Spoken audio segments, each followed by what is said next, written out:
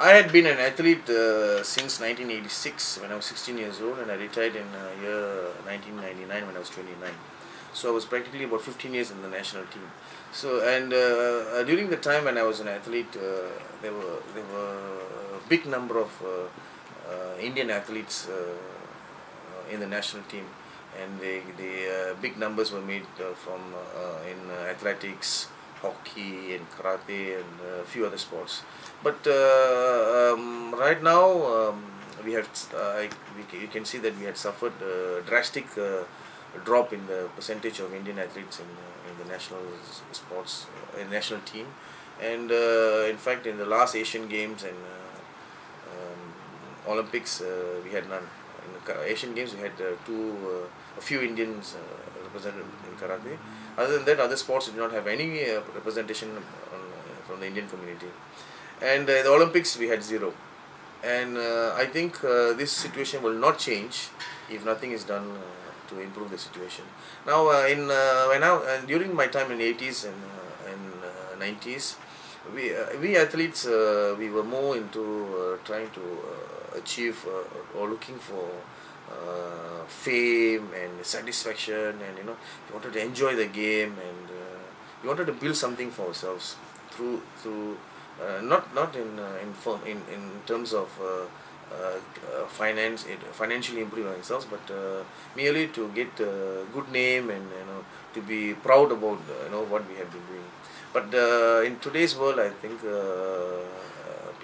athletes do not think that way, and they are not to be blamed, because athletes nowadays environment, the technology has made them, forced them to change, because they'll have friends who are IT experts, who are doing this, who are keeping up with the technology, and why do that person has to struggle every day and do something which doesn't have security.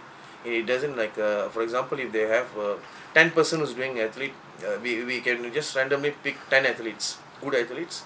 Out of this 10, only 2 will become very successful, and another 2 may become average success, and the rest 5 to 6 athletes will not be successful. And that is how the probability in sports work. And what happens to the 5 to 6%? They will have to start life all over again. So this is not encouraging. So if an athlete, if a student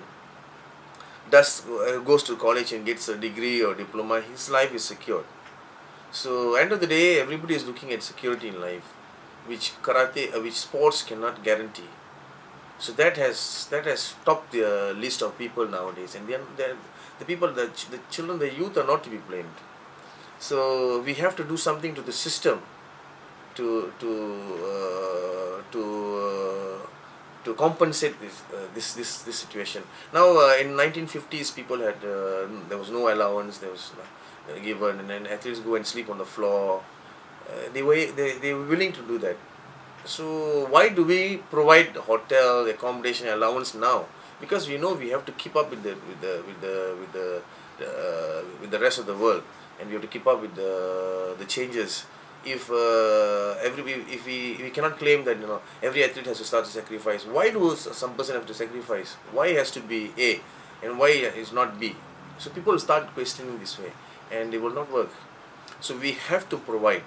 If we don't provide, we will continue to lose until one day there will be virtually no Indian athletes, not even playing for the game as sports. What know about competitive game. And how I think this situation can be helped or can be rectified is to continue to provide a platform, or to provide a feeling amongst youth that there is future in sports. Actually there is, but it's so difficult to achieve it. So that's why people don't want to try it. Now we have to give the assurance or confidence amongst youth that there are others who are there to help us achieve that glory and that success. Then I think it will definitely help the situation. And I'm quite happy that about this forming of this foundation, and I hope this foundation can assist and can create confidence in athletes. We cannot just leave athletes alone, and they will will achieve and they secure their future by themselves. No, because people don't want to do it that way because it's very risky. The success is not guaranteed. So this is my view about how this thing can be helped. Okay. Yeah.